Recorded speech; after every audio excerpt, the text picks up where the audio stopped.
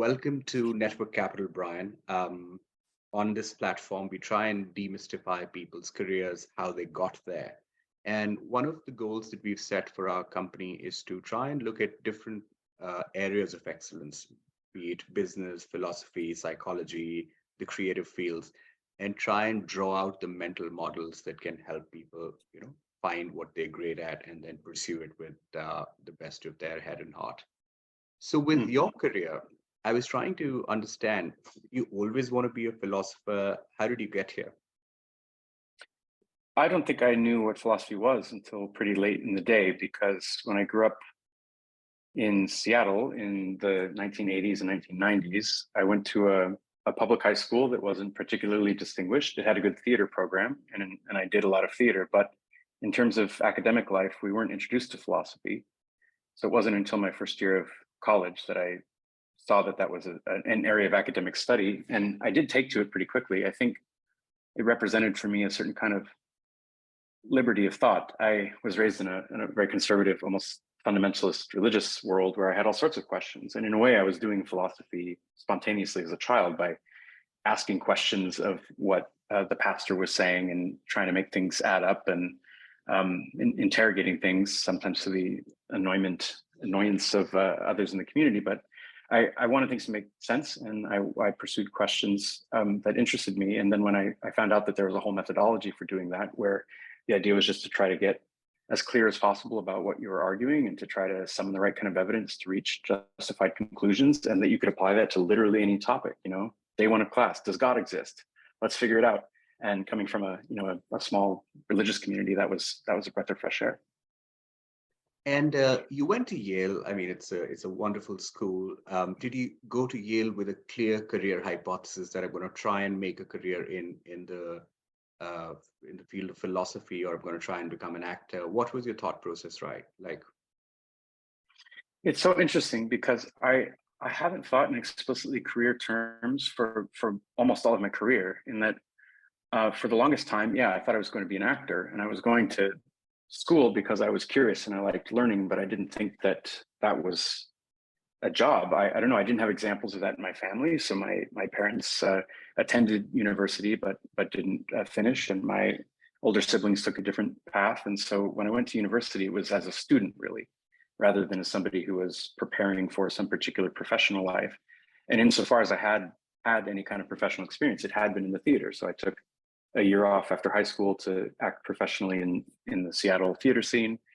And when I went to Yale, I did a lot of theater extracurricularly, and I was just taking classes out of total intrinsic motivation because I enjoyed them, and I loved learning, and I was being exposed to so many ideas that I hadn't even encountered when I was in high school. I mean, it's really sort of a cliche. I went from reading high school level books to suddenly reading Plato and Aristotle, and sitting up in the library all night and underlining pretty much every word on the page, because now we're discussing like the nature of political systems and why should we think that democracy has any particular virtue compared to other possible ways of organizing societies. All these thoughts I just never had, and so I became totally intoxicated with learning and it purely intrinsically, and I carried that out for actually many years, because I ended up doing 2 master's degrees in the midst of a theater career, thinking again that I was, just getting some more education in to pursue some learning. But while I was doing the real thing I was doing, which was theater, and it wasn't until I was 30 that I basically had a mental breakdown from exhaustion. I was trying to do 2 things in parallel, studying and writing. And at that point, I was starting to publish professionally in bioethics, and that's a separate story to how I got into that. But I was trying to do 2 things full blown, and I just collapsed. And so I had to really think about what I was going to pick. And at that point, I realized, well, with theater, you're unemployed every 3 months or something. Every time the curtain goes down, you have to find another job. And approaching 30, I just thought that doesn't feel like the right thing to keep pursuing. And then, getting a PhD at that point was something I felt that I could be prepared for, although I had to figure out which discipline to do it in, because I'd been straddling different disciplines as well. So it was a confluence of factors, and it's now been, more than half a decade since I've done any professional theater, but I did kind of throw my momentum behind the academic thing, and that's that's been going pretty well so far. One of the things that I've noticed about you is that you're able to do high intensity work, be it theater, be it studying philosophy, publishing books in condensed periods of time. How did you manage both theater and philosophy and bioethics and all of those things? Is there something that you did? And I know it ended up in acute exhaustion, but there was a large amount of time where you sort of pushed through. What was it like? That's interesting because I'm now on the other side of that, and I have much better mental health than I've probably ever had at any prior point in my life. And I'm just as much productive now as I was before, if not more so. And yet now I sleep 8 hours every night, just about. And I work a lot. I work most of the hours that I'm awake, but I also love my job, so that's a big part of it. Well, like I said before, what I intrinsically like doing is reading and writing and learning and talking to interesting people. If I were not getting paid to do it, that's what I would be striving to do anyway. I'd want to get home from whatever my job was and go do those things. Mm-hmm. And so the fact that I'm paid to do what I love to do is a big part of it, because every hour that I'm working on something in the evening, sometimes it's frustrating and I'm fighting a deadline and I'm tired, all of that. But for the most part, and on the whole, what I'm doing is what I love to do. And so that's highly motivating, obviously, because it's coming from the inside out rather than the other way around. Before I had this breakdown, I would say that a lot of my professional motivation was a fear of disappointing people, which I don't know, goes back to my childhood or something. I'd have to figure out exactly what it was that was motivating me, but it was I didn't want to let anybody down. And so that was extremely motivating. So even when I was exhausted, and even when I wasn't sleeping, and even when I was spread too thin, I would sort of feel like, well, if I just push a little harder, I can do right by this person or do right by that person. And that was a very powerful motivation for me. But sometimes I would create a sense of obligation that was far bigger than what the person actually expected of me. And there were many instances of this where I would be, grappling with a paper and really feeling that I had to pour my soul into this, and it was due at a certain time, and that I'd missed the deadline. And it turned out that, they had other papers in that issue of the journal, and they didn't particularly need mine, and it was all fine. But I'd worked up it in my head, like, everything was resting on this one thing. So a big part of life has been trying to actually calibrate things more accurately, get a sense of what really is urgent and what matters and what requires my specific effort versus what's not as big a deal or what I can let go or delegate. And so I think partly because I've got better at those things, I've managed to sleep more and take care of my physical and mental health much more and still be pretty productive. This is useful also for me because, like you, I've pursued theater and film production for many years. And like you, I've always tried to manage either the corporate job and a side hustle, or now startups and other forms of writing that I do. And I think a lot of people would resonate with the fact that we don't want to disappoint people we care about, or just we don't want to disappoint. Yeah. But then you come to the question that who should you disappoint? Should you disappoint yourself or should you disappoint everybody else? Have you ever tried to straddle with that conundrum? Yeah, I guess there's different ways of potentially disappointing oneself. So one way that I didn't want to disappoint myself was in terms of my sense of integrity. And it's something I struggle with because, part of what I do is I study ethics and I study philosophy. So the level one expectation about how things should be isn't always how I think they should be. Sometimes my sense of what the right thing is to do might be, part of a conversation with others who disagree with me about that. But I do care about trying to do what I think is the right thing to do. And so when I fall short of that standard, that's really disappointing to myself.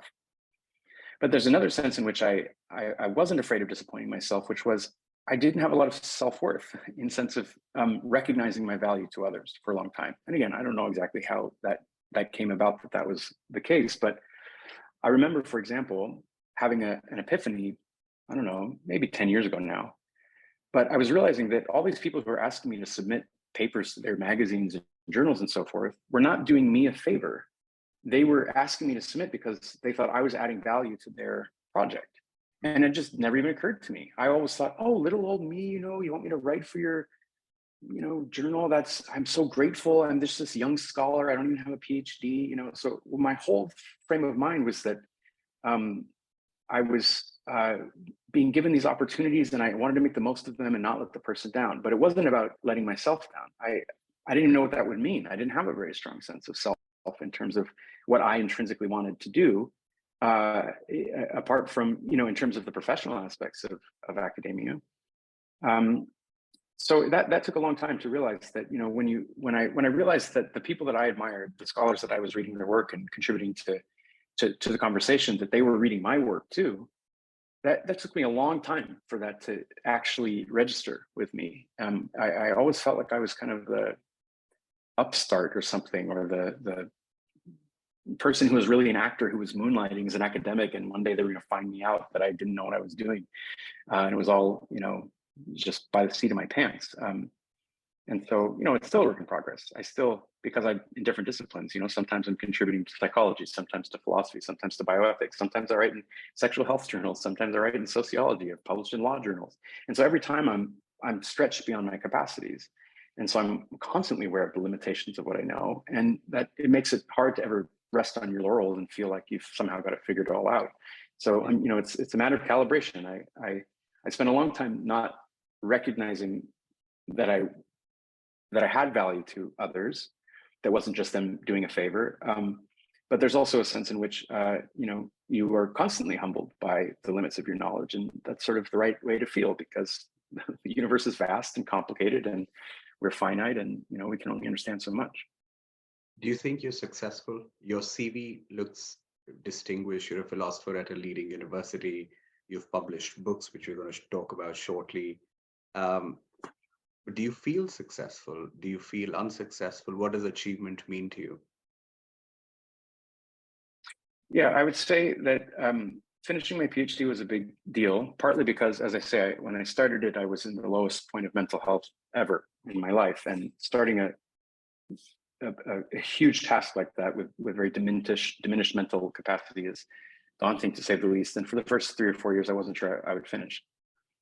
So, and then I slowly got better habits and figured out what I was doing. And by the end of it, I felt really proud to finish it. And that wasn't all that long ago. That was just really 2 years ago or so.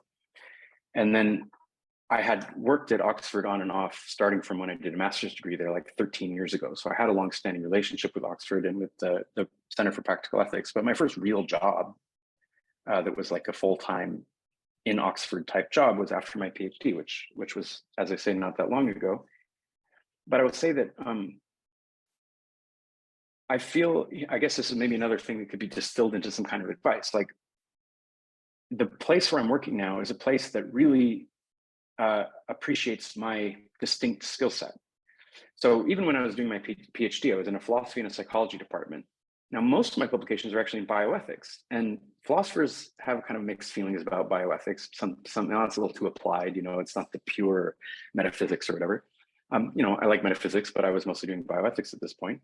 And then psychologists have never really even heard of bioethics. I mean, so I might get a paper in the top bioethics journal, and my psychology supervisors would be like, well, anyway, we don't know what that is. You should be publishing in these journals.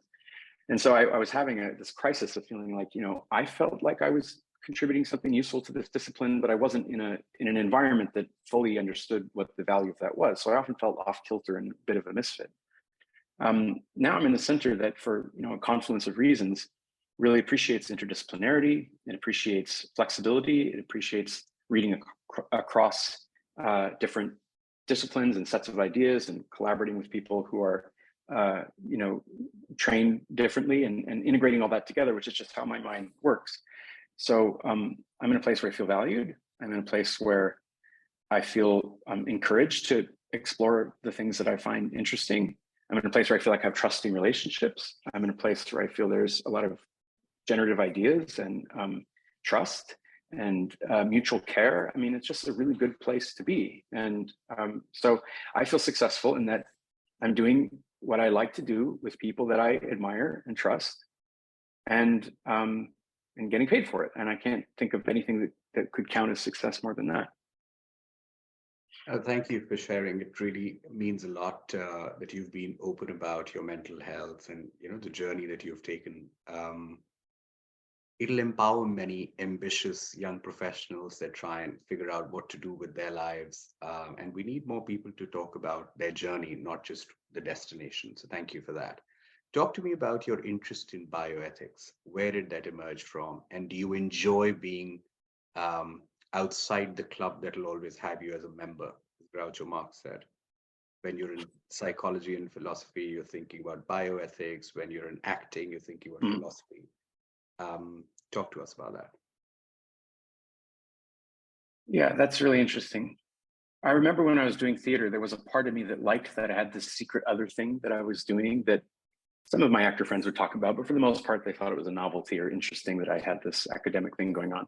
And similarly, when I was, embedded in academic communities, I liked knowing that there was this other world that I knew something about and that I had spent a lot of time in. So there's a sense in which I kind of like being a bit on the margins. I don't like to put too much at stake in any particular way of being or one particular institution or one particular community, because, partly that's how people get polarized, and they figure out, well, here's my team and we have these beliefs and this is what we do and these are our methodologies, and then everything else becomes the enemy. And I'd rather figure out how to integrate between ideas and build relationships across sectors rather than have an antagonistic kind of attitude toward people or ideas. So, that's true politically, it's true academically. I don't want to, there's this essay by Scott Alexander that I remember reading many years ago called Keep Your Identity Small.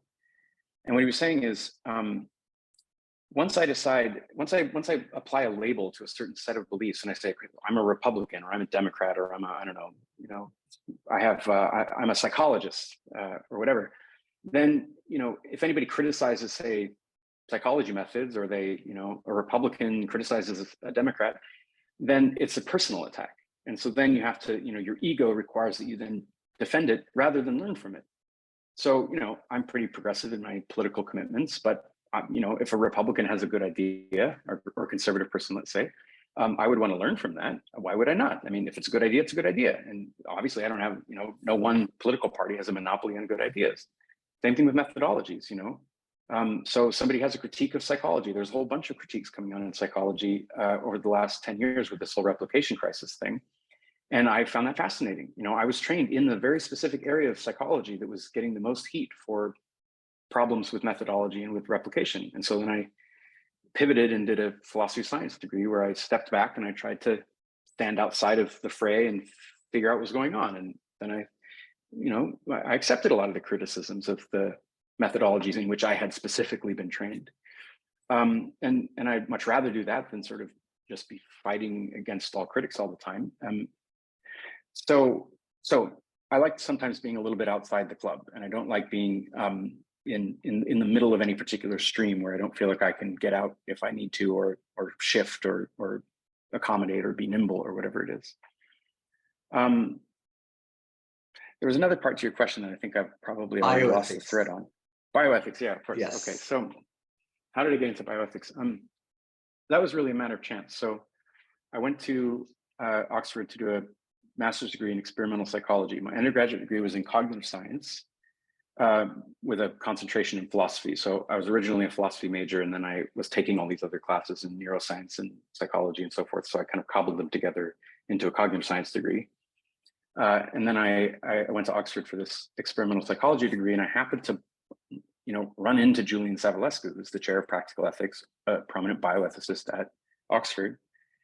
And the way that happened was totally a fluke. So my undergraduate research project at Yale, my senior thesis, I got to Oxford before I'd had a chance to do anything with that. So I ended up presenting it as a poster at the British Psychology Society meeting in Glasgow, as I recall. Just like a little poster in the basement somewhere. I mean, it was totally obscure.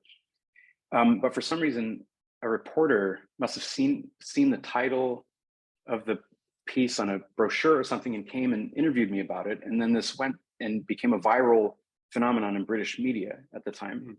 So it was covered in all the different newspapers. And what my study showed basically was that incidental exposure to no smoking signs seems to trigger craving for cigarettes in smokers, because our unconscious mind doesn't process negation very well. So if I say, don't think of a pink elephant, I've of course just put the idea of a pink elephant into your mind. If I say, don't smoke here, it's serving a legal purpose. It's telling me what I am not permitted to do. But psychologically, it's just, it's showing me a cigarette. There's a red line through it, but that doesn't stop me from thinking it's there. And now I'm thinking of a cigarette. And if I wasn't thinking of a cigarette 10 seconds ago, now I am. So if I like cigarettes, I'm probably going to want to go have one now. So that was the finding, and I don't know, maybe it was ironic or something like that, and so it became a news thing. And Professor Savulescu happened to read one of these news articles and wrote a blog post for the Practical Ethics blog, basically saying, practical ethics needs moral psychology. And the reason why it needs it is because we may have a policy that we think is an ethical policy, but if it doesn't jive with people's intuitions, or if it doesn't comport with their motivations in the way that's intended, the policy might be backfiring. It might make things worse than they started out. And so I was really pleased and honored that this famous professor had written about my study. And I remember I emailed him and just said, thank you for writing about this paper of mine. The newspaper articles have got some details wrong, so here's just the actual paper. I literally sent him my senior thesis from my undergrad years.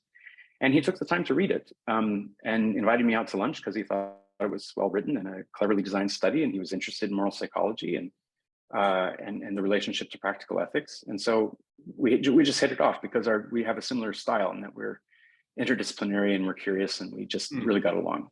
So it was just like that. And then he invited me to a conference that was on shaping moral psychology, which was kind of at the interface of moral psychology and bioethics, which again, I didn't know anything about. I don't even know if I'd heard about bioethics at that point. So I started to read some of his papers, including his paper on procreative beneficence. And then I remember getting into sort of an argument, a friendly argument with him about it, because I thought that it was wrong. And I wanted to tell him all the reasons why I thought it was wrong. And I liked that he appreciated the criticism and wasn't offended and was happy to have an argument about it, which I always appreciate when people are willing to just talk through the ideas. And so, it just kind of proceeded in that way for a while. And then he invited me to stay on to do a DPhil. But I still wanted to be an actor. So I wrestled with that decision for a long time and I said no. And I decided I was going to go be an actor. And he said, well, what if I hire you to work on a project with me, and that you can do as a part-time long distance research assistant, basically. And so you can go do your acting thing and just research this topic and send me a paper every once in a while and we'll call it a deal. And so, he made up some fancy contract that probably didn't even exist to allow me to get to pursue theater and do research on the side. And so that project was what turned into the book, the Love Drugs book that you recently read. And so thoroughly enjoyed. Well, thank you. Yeah, I mean, it took eight years to write it in between all these, acting gigs and part-time stuff and traveling between countries and so forth. But it's amazing that it came out right around the time that people are generally talking about psychedelics and so forth. Because when we started, it wasn't in the New York Times. We were building this literature from going back to the 1980s when MDMA assisted couples counseling used to be common, and we were piecing this together. And then it just took me so darn long to get the book out that when we finally were ready to release it, it kind of hit its moment, I think, in a way. And it's done really well. The book starts with a little introduction to an article in The Atlantic. And what specifically about that article got everyone interested in the book and the topic, even if it is to critique you and your co-author? Yeah, so the article that you're referring to, I think, was an interview that Ross Anderson did with me and Julian and Anders Sandberg, who wrote some of the early papers with us that turned into the book. And I think a lot of things caught people's attention. One is the idea that something as lofty as love might be even amenable to chemical manipulation. There's all these ideas from fairy tales about love potions and so forth, but they're intriguing in part because they're implausible and they're magical and they're mysterious and they don't really exist. There aren't any love potions. But we were trying to use information from neuroscience and psychopharmacology to connect the dots between what it feels like to be in love with someone and how love is theorized or understood in different cultures and what's going on in our brains. And the idea is, unless you think love is totally separate from what's going on biologically, then it seems like you might be able to intervene or influence it or shape it in some way through biotechnological manipulation. And we started out a little bit speculative, almost science fiction about this, but then what I quickly started to realize is that there are a lot of medications that are commonly taken today, including selective serotonin reuptake inhibitors, SSRIs, which are commonly prescribed for depression and anxiety, that interact with our neurochemistry that's relevant to our romantic bonding and our feelings of care for others and our own emotional life. And there's obviously drugs that can influence our libido. Testosterone can change our libido very easily. So all the different aspects of love, libido and attraction and attachment, all are fairly well understood, and there are common medications that interact with those systems. But the thing is that when these medications are trialed, they're only studied in terms of the effects that the scientists are expecting to find. So if you trial a drug to treat depression, you just want to see whether it affects depression. It doesn't even occur to you to measure all these other things it might be doing, like how's your relationship going, or what did you fall out of love with your spouse of 20 years? If you don't ask those questions, you're not in a position to answer them. And so slowly you start to get this evidence build up from anecdotes and case reports and theoretical reasons for thinking that this might be happening and so forth. And so partly what we said is, regardless of love potions and MDMA and all that stuff, we should just be studying current common drugs in terms of their relational effects. We should not only think of them in terms of what we have labeled them as. So we call SSRIs antidepressant medication, but actually their antidepressant effect isn't very good. You might as well call them a libido killing medication, because they have a very high risk of diminishing your libido. Why don't we call them that? Because that's not what we intend to use them for. But in some respects, they're more reliable at doing that for many people than they are at actually helping with depression. So, those are one of a number of lessons that kind of cropped up over the many years of working on this project.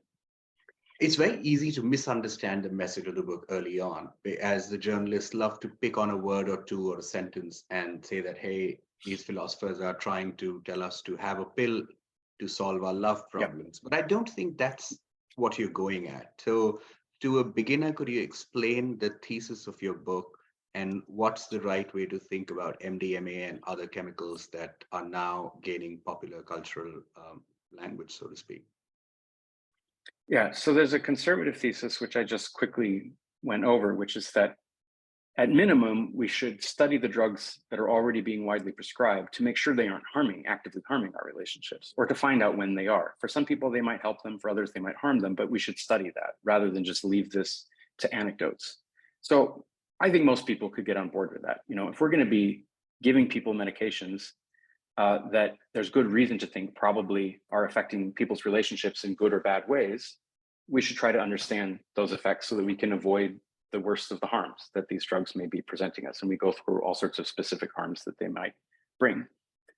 The more controversial thesis would be that once we better understand how these drugs interact with our romantic neurochemistry and our relational context and our values in society, it might well be that we could find that some of these drugs used in certain kinds of ways might help our relationships in a way that's more or less predictable if we get a handle on the right circumstances.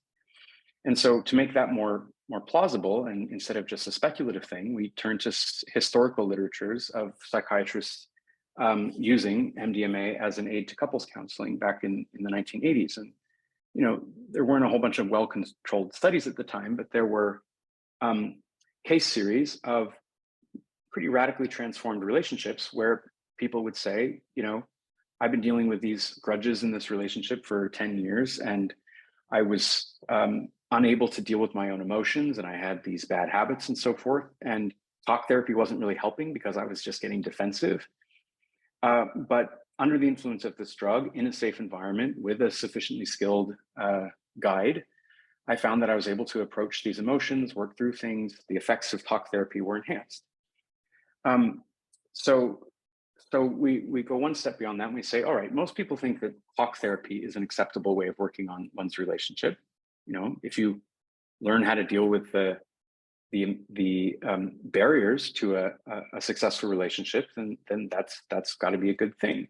Well, there's some evidence that these drugs, if used in a certain way, can simply enhance the effects of talk therapy. They make a thing that you probably agree is an okay thing to do more effective at what it's meant to do, with relatively few side effects. And so that was kind of a next step along the way to our argument. And around the time that we were proposing this, the so-called psychedelic renaissance was then coming into the mainstream. And so we moved from talking about studies from the 1980s to just drawing on contemporary scientific evidence. And there we have a bit of a better sense of mechanistically what the drugs are doing and why it is that they might have these effects. So for example, MDMA-assisted psychotherapy has now been fairly well studied as a means of treating post-traumatic stress disorder. And a very similar thing is going on with PTSD, as is going on in some relationships, where relationships can be traumatic themselves in the same way, or analogous to other types of traumas that we may be exposed to. The depth of the pain that we can experience, and the violations of trust, and the deep emotional dysfunction that we can fall into, can make it so that we can no longer see our partner in the way that we once did. We have built up all these mental models of them that are distorted and rigid. And we have a hard time accessing some of our own emotions because we're in survival mode, or we have all these compensatory mechanisms or defense mechanisms or whatever.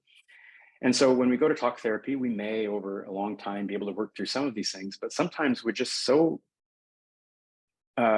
disturbed by certain aspects of a relationship that we can't even go there into the place that we need to do to productively work on the relationship.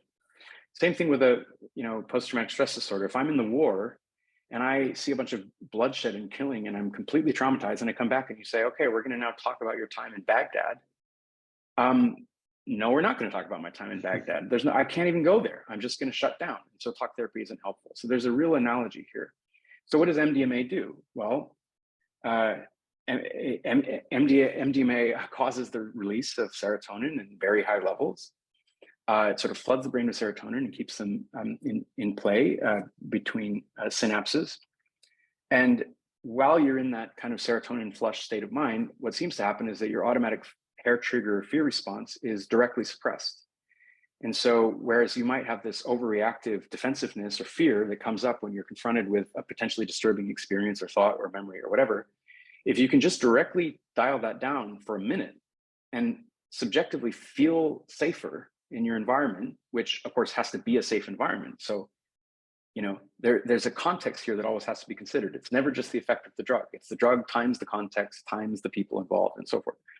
So if you are in a safe environment and you can take a drug which helps you really feel safe in that environment and suppresses your automatic defense mechanisms, so that when somebody says, tell me about your time in Baghdad, you don't freak out and you instead can go back and talk about those memories, then you're in a position where you can begin to work through them, whereas before you might not have been able to do so. And so, part of the point that we make in the book is that there's pretty good evidence that some of these drugs can have truly transformative effects for some people who have had otherwise untreatable PTSD or major depression or whatever. The evidence is still coming in and it's complex to interpret, but there are some clear cases where people are transformatively healed by having drug-assisted psychotherapy. And so the question we pose in the book is, does that mean we should then only think of these drugs as medicine?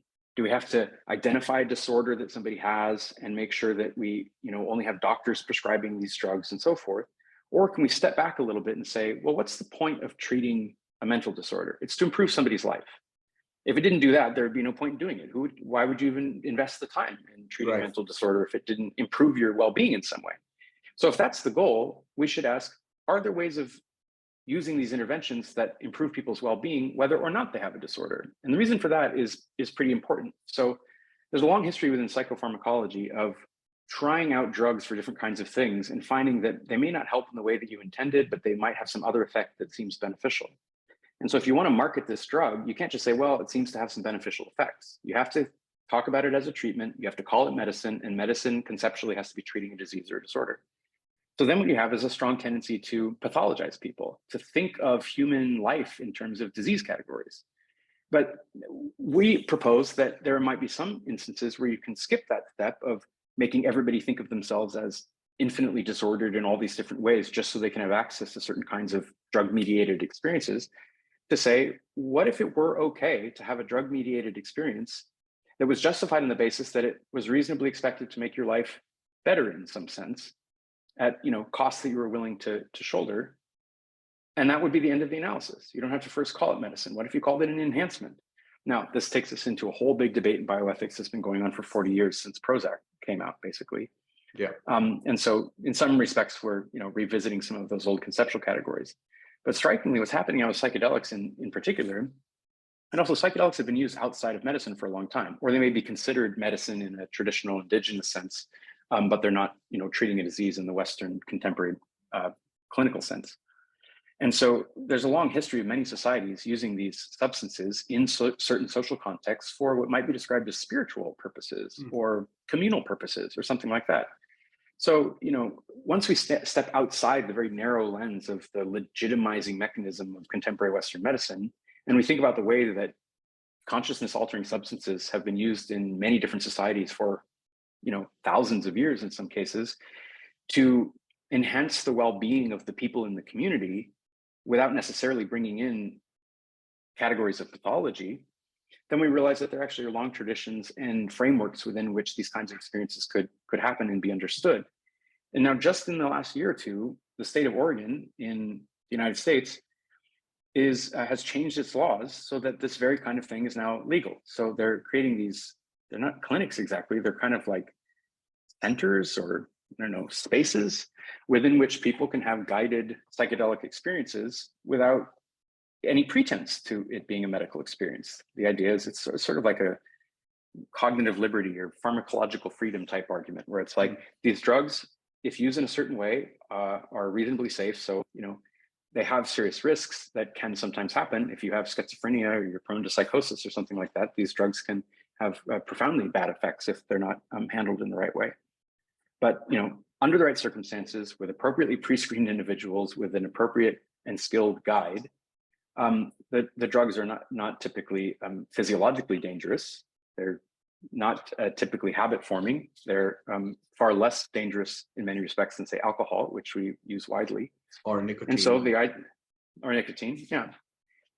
So, the idea is, well then, and people use marijuana this way too, right, as well, which is, used to be only a medical thing. So there was medical marijuana for a long time, and that was the big progressive move in drug policy, was to talk about medical marijuana. Right. But, it was always a bit of a nudge, nudge, wink, wink kind of scenario, because everybody knew that people use marijuana, not simply because it's treating their back pain or whatever, but because they enjoy it. And same reason why people use alcohol. They don't use alcohol as medicine. They use it because, it's enjoyable. And it lubricates certain social interactions in a way that people value.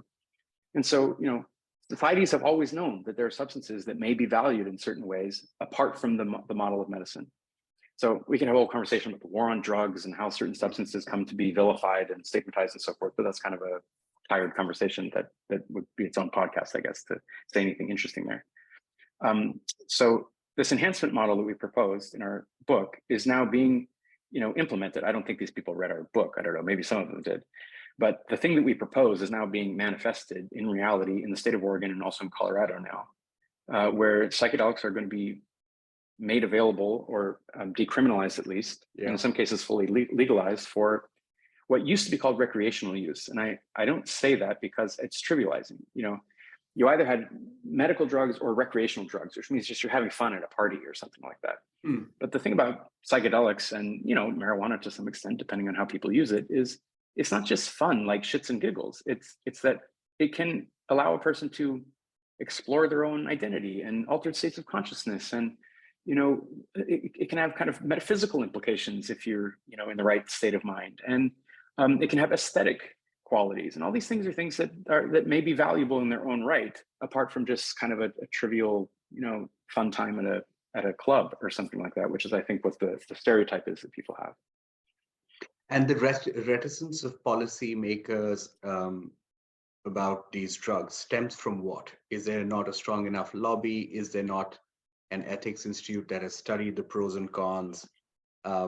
Is it something else? Because when you're think finding of that MDMA and other drugs, it's mostly considered like a party drug. And the war on drugs seemed to be against, we will not let people run amok with these things. So somehow this nuance has been disappearing from public discourse. I think the nuance is sort of coming back into public discourse. From the 1980s to the 1990s, at the height of the start of the war on drugs, that's when you just had the just say no to drugs. There's the good drugs, which are the ones that pharmaceutical companies brand as medicine and have doctors give you. And then there's the bad drugs that will just kill you, basically. And then there's alcohol and nicotine, which we aren't going to talk about too much because they aren't really medicine, but we've been using them for a long time. And we tried prohibition and it didn't work. And so, basically all other drugs were just considered bad drugs. And that's what I grew up with. That's what I thought. I grew up thinking, well, there's the okay drugs that are medicine, which you don't even call drugs, you call them medicine. And then drugs are bad. Just say no to drugs. Nowadays, you're starting to see, even conservative politicians like, what's his name? Rick Perry, the former governor of Texas, who's now cast his lot behind psychedelics for treatment of war veterans dealing with PTSD. And John Boehner, who used to be the conservative Speaker of the House in the United States, is similarly heavily invested in some of these marijuana and psychedelic companies. So, some of it's probably cynical and some of it's probably sincere. It's hard to know.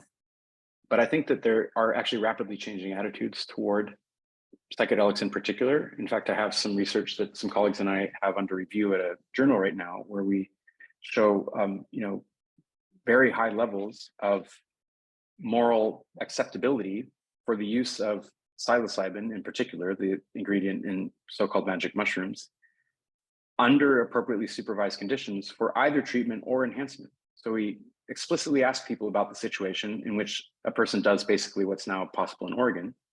And we find that both liberals and conservatives, or progressives and conservatives, or however you want to slice the pie, in the United States, at the time of the survey, which was within the last year, when given just a little bit of information about the safety profile of the drugs and what we actually know about them, have like overwhelming support for it being morally acceptable, which is quite surprising. And that wouldn't have been true, I would say, 10 years ago.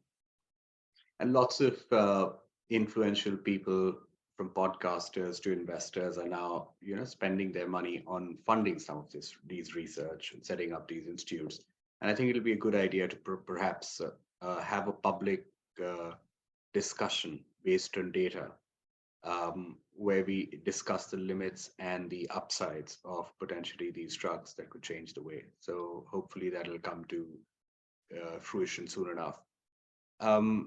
You're a philosopher, people ask you all sorts of questions, but I was very surprised when a lady sent you a message in a different language discussing her marriage. So could you tell us, why did she write to you and what was the essence of this esoteric message?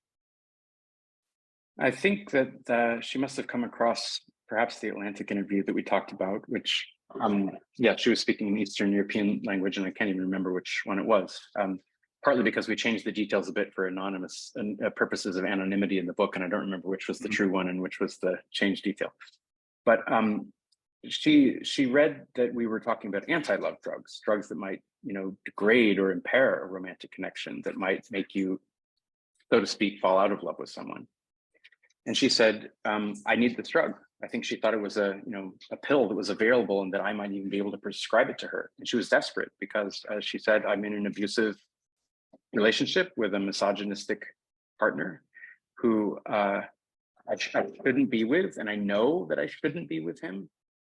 And yet at the same time, I can't seem to tear myself away. I have this visceral bond with him. I'm drawn toward him. I'm attached to him in a certain kind of a way. And if I could just break that attachment through some kind of biotechnology, through some kind of anti-love drug or cure for love, then I would be able to shape my emotions in such a way that I could act in accordance with what my sort of higher level goals are and what I know is right for me.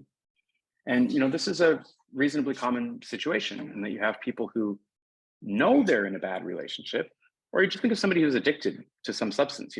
They know they should stop taking it, but when it comes right down to it and their behavior and what they end up doing, it follows some other path. And so, there are drugs that try to directly interrupt some of those kinds of processes. So kind of drugs to treat addiction to other drugs, with the idea that, willpower enough sometimes isn't going to cut it. And so we argue in another part of the book where we talk about anti-love drugs, that there might be some situations where somebody's in an objectively bad relationship, which they recognize is bad for them. So we want to try to avoid situations where people are being forced out of relationships in a paternalistic way.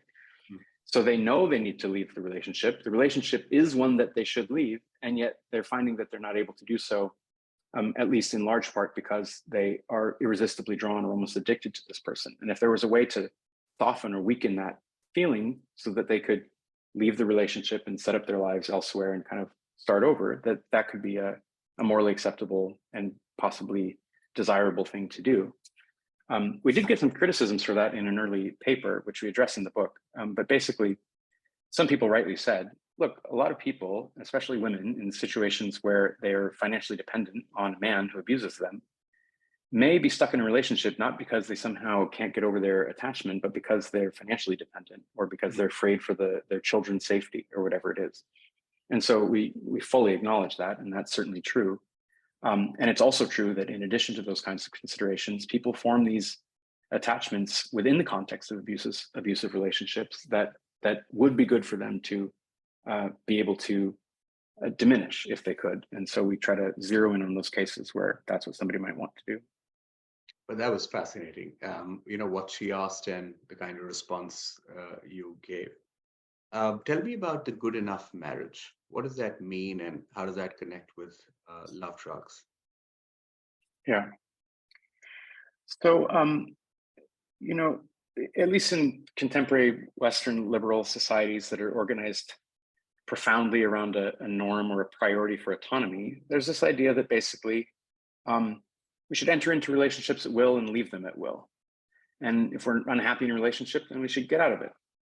Now, there's some tension and friction here, because if I go to all the trouble of standing up in front of a community and saying, I hereby publicly swear to stay in this relationship through thick and thin, we all should want words like that to mean something. Otherwise, just might as well give up and not trust anything that anybody says. So if we're going to ceremonially declare, and by the way, we should be very careful about doing that. We shouldn't just assume that that's what we should do. If we are going to say such a thing, we should really mean it, and we should have done the homework and preparation to make sure that that's something that we can live up to. So there should be some friction in exiting a relationship that is framed in terms of a vow or a promise to stick with a person through thick and thin. Now, obviously, there has to be some limit to that.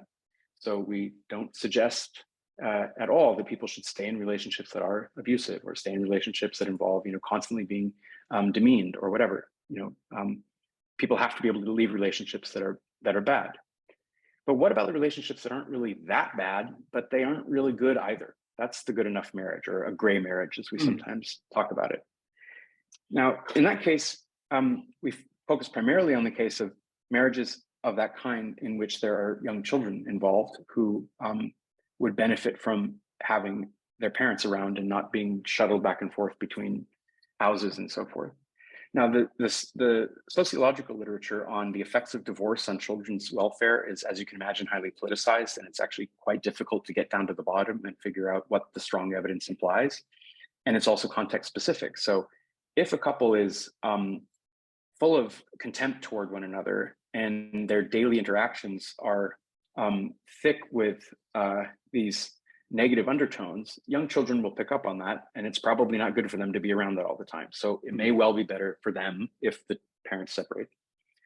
But there are some cases where the parents would like to bring some sort of love and harmony back into the relationship. They're not entirely ready to let the whole thing go. And they do see the welfare of their children as at least one additional consideration that they think rightly weighs into their decision-making. And so again, we try to zoom in on the most promising case and say, look, some relationships should end. We grant that, even when there are children involved, totally get it. But what about the relationships where there's something there, something worth pursuing or working on or striving toward, where if the relationship could be genuinely improved in a certain kind of a way, and that feeling of love and companionship and collaboration could be brought back into the relationship, and that's expected to redound to the welfare of children who depend on you for their development, then there would be a strong reason to try to improve the relationship by some means or another. And then what we say is, well, if one of the ways that's available to you to improve your relationship that's going to be more effective than other ways, given certain assumptions, is drug-assisted psychotherapy, then we don't say you must undergo drug-assisted psychotherapy, but that there's a strong reason for you to consider the idea. And so, and we don't have to convince people to do this. There's tons of people who would be eager to do this. And I've heard from a lot of them, and a lot of them write to me and they say, I'm in exactly that kind of marriage. It's not that I hate my partner. We do still laugh together sometimes. We have a shared history. We have a shared value. We have shared finances. We have a shared house. It's just that we don't feel any kind of passion for each other anymore. And we have a sort of boredom that's set in and a sort of grayness that's just taken over our lives. And I don't want to live this way for the rest of my life. So do I have to get a divorce? Is that my only option? Or is there a Hail Mary I can try here to actually, bring back some intimacy back into my relationship? And so we proposed that, there may be something worth trying in the reasonably near future. And now, in fact, MDMA assisted therapy for couples, which again, we were hypothesizing about in our book, is now, there's people trying to set that up again, as of the last year. So this is very quickly changing. And now, at the last psychedelic conference in Denver last month, some of my colleagues who were there said the sex and relationship therapy aspects of the conference were the most popularly attended ones. And, I feel proud to know that we were ahead of the curve there, that we were arguing that this is an aspect that will have to be seriously considered, starting back in 2012 or something like that. Well, I hope you succeed and there's more research on that, because lots of people would find it insightful. And do you feel that now that you have a clear sense of your research, the direction that you're going in, you'd, after so many adventures, know exactly where you're going, what your career plan is, and you feel that you've now, quote unquote, arrived? Well, I don't think there's any such thing as arriving. As a curious person, you're always kind of looking over the parapet at the next thing. I would say that there are some habits or insights that feel pretty stable or central to me, and it really has a lot to do with basically relationship building. I find that cultivating relationships with people who are trustworthy and kind, I mean, there's a lot of smart people who are jerks, and I just have no interest in working with them, because I have really smart people who are lovely. And so I have a lot of lovely colleagues, and I feel deeply grateful to, go to a conference and get to spend time with them and have a beer and know that we have each other's backs. And when one of us is having, some difficult family issue, or the other one will come in and help. I've got this colleague, a friend of mine was really sick and I had to take some time off. And I had all these students that I was mentoring and trying to help with various projects. And this dear colleague of mine, I'll just say his name, Ivar Hannakainen, is a really wonderful person.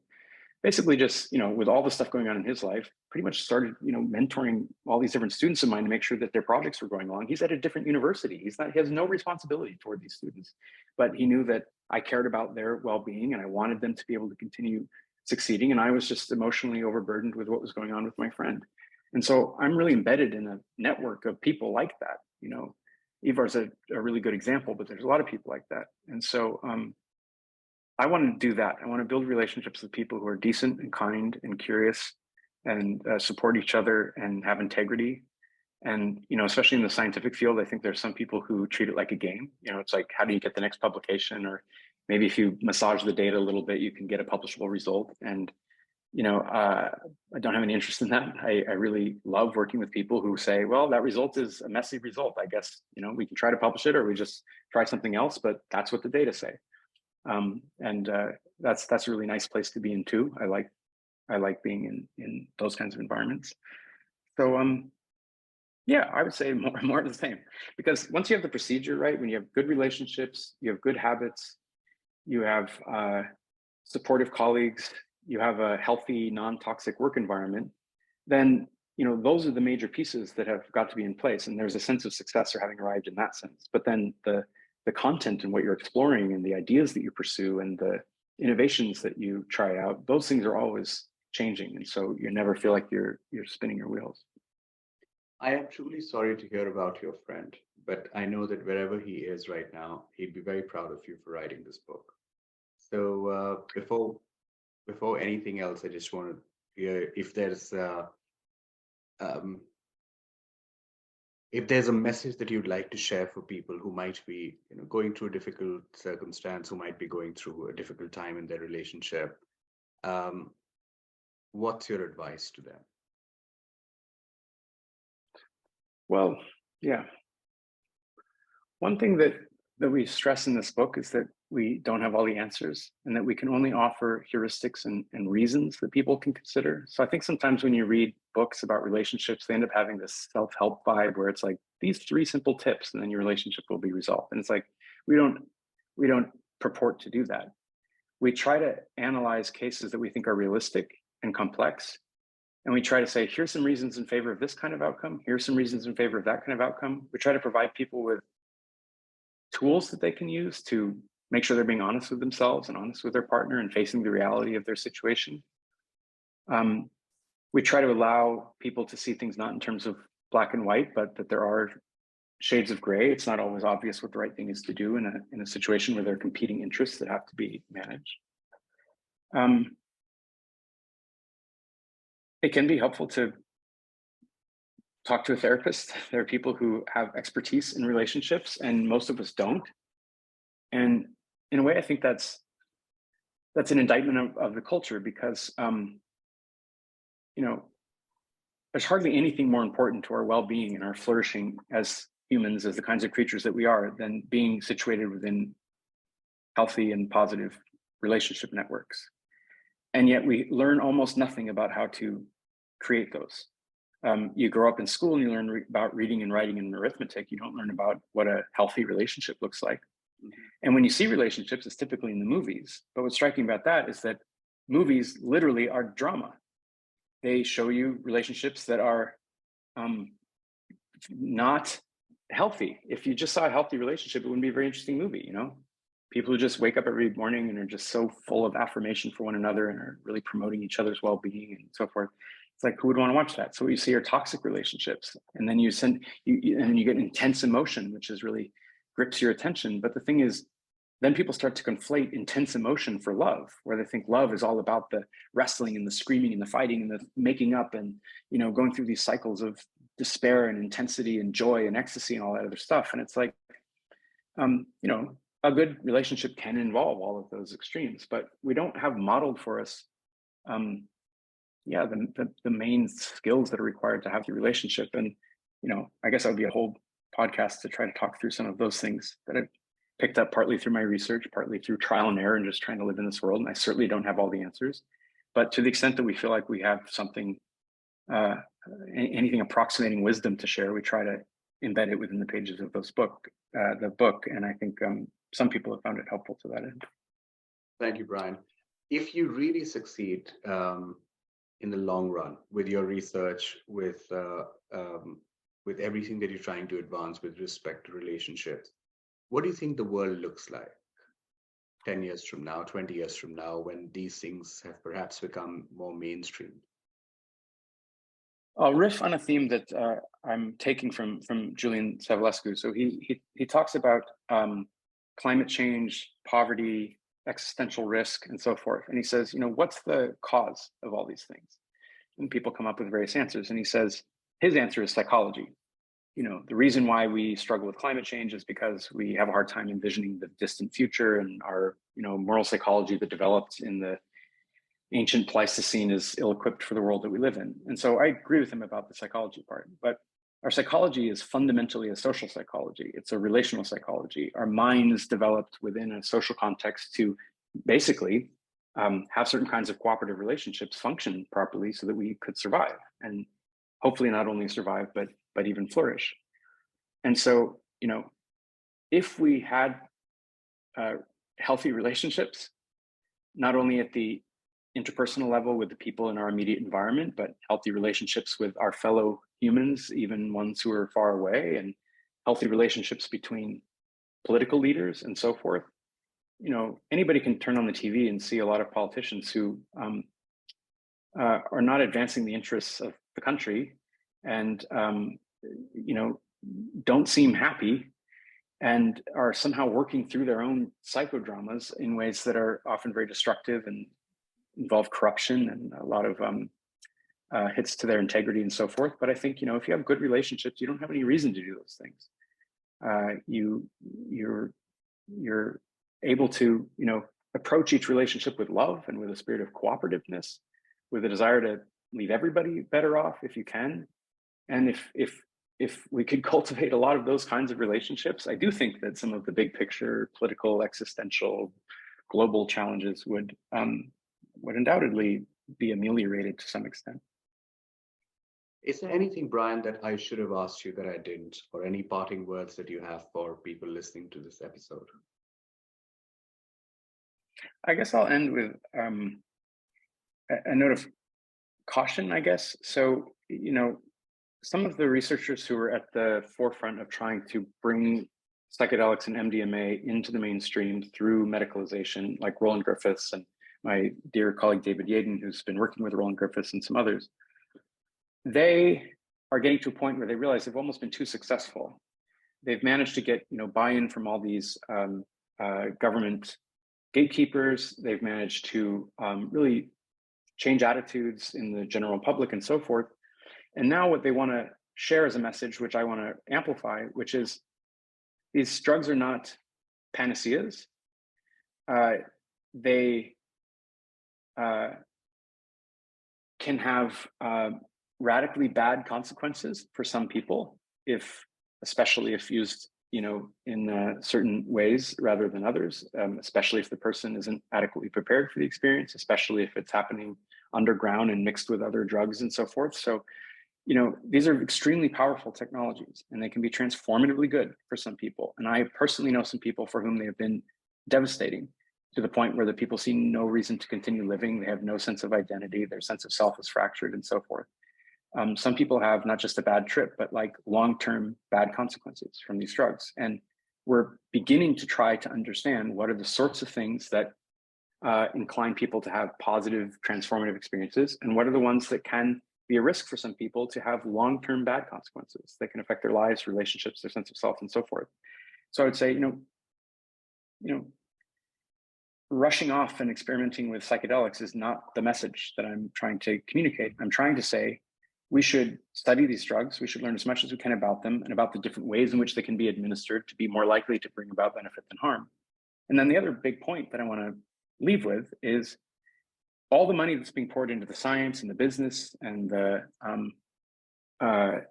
public initiatives to try to get these drugs more available in certain kinds of ways has not been met with an equivalent amount of money being poured into understanding the ethics and the social policy and the law and the regulation of these drugs. And we can see what this has done with AI. So, a lot of AI people are suddenly waking up and going, shoot, the genie's out of the bottle. These capacities are way bigger than we realized. And there's new existential risks that are comparable to, the threat of nuclear war. And we could very well wipe out our species with this technology we've created. And shoot, we probably should have brought some ethicists in, a long time ago and laid that down at the foundation to make sure we were thinking about these potentialities. And I think psychedelics are a breaking point where things are hurtling forward rather quickly. And there's a lot of hype. And there's a lot of people who don't really understand the risks involved, both at the individual psychological level and at the social and political levels. These drugs have never been used en masse in the mainstream on anything like the scale that's being proposed ever in human history.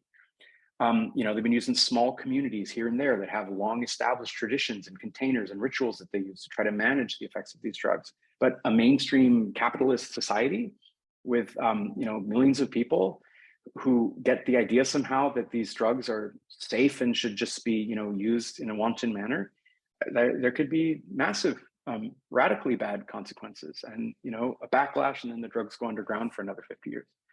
So I'm trying to start a research program that's focused precisely on this question of the ethics, law, policy, regulation of these drugs.